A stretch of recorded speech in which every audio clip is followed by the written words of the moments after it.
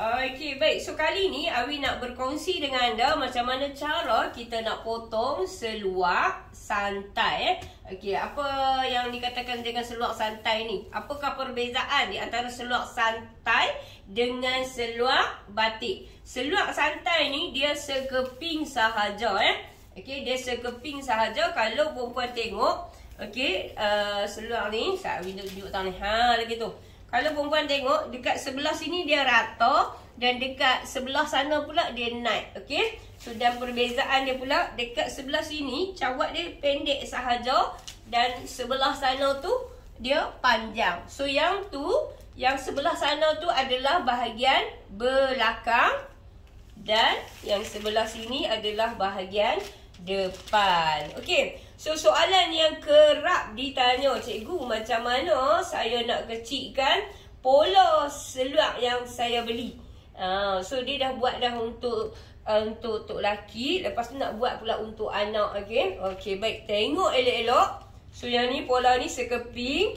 Okey. So, perempuan buat macam mana tau? Lipat pi macam tu. Lipat pi macam tu.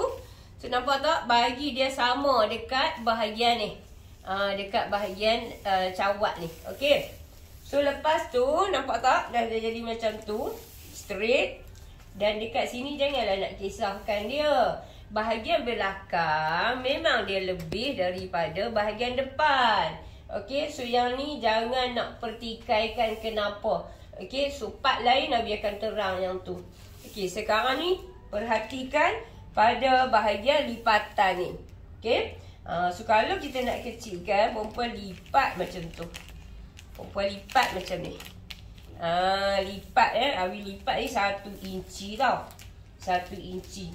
Seluar ni memang seluar santai. Dah nama pun santai. So, memang dia punya kelonggaran dia lebih. Okey, lebih lah. Okey, baik. Macam mana kita nak tengok? Tengok macam ni. Macam ni lah. So, dekat sini. Okey, dekat sini. Okey, so Awi pergi sampai kat sana. Sini basi. Okey, ni sini lebih kurang 1,5 selalu. Okey, contoh. Bila kita dah kecilkan dekat sini. So, yang ni 40. 40. Okey, so yang ni 1,5 ni adalah kelonggaran. Okey, faham kan? Kalau kata Awi buka yang ni. Okey, buka pula yang ni. So, dia jadi... Yang ni dekat sini punggung ni 44. Lepas tu kelonggaran 1,5. Faham ke hidup? Gitu. Okey, asal dia punggung dia 44. 44 sebab yang ni saiz SM. Kalau M 46. Okey. Baik, so nak kecilkan, Awi ulang lagi sekali. Lipat je kat sini koma. Bila lipat je macam ni, letak balik pola tu, lepas tu buka main macam ni. Nampak tak dia kecil kan?